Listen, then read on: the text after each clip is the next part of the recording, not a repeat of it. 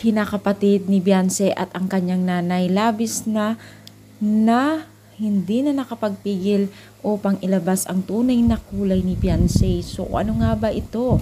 So bago natin ipagpatuloy ang ating pag-support today's video, kung bago ka pa lang sa aking channel, please subscribe po, like, and pakit na rin po natin guys ang notification bell upang ma-update po tayo tuwing ako pinag-upload patungkol sa Team Kalingap. And please support po natin ang buong Team Kalingap, lalong-lalo na po kila Kalingap Rab at Kuya Bal.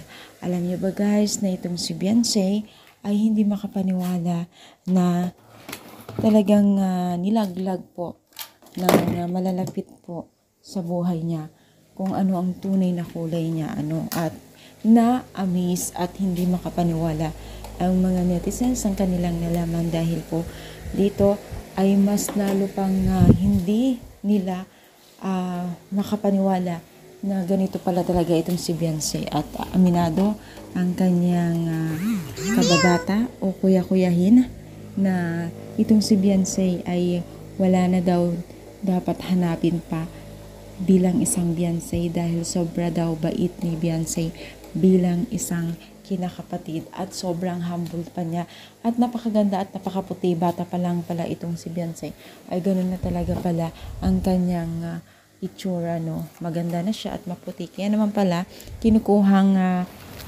isang muse sa iba't ibang patimpalak o event po dito sa kanilang barangay.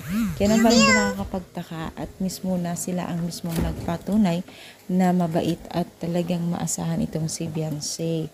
Yes, so ano masasabi ninyo? I-comment lang palike po ang ating video.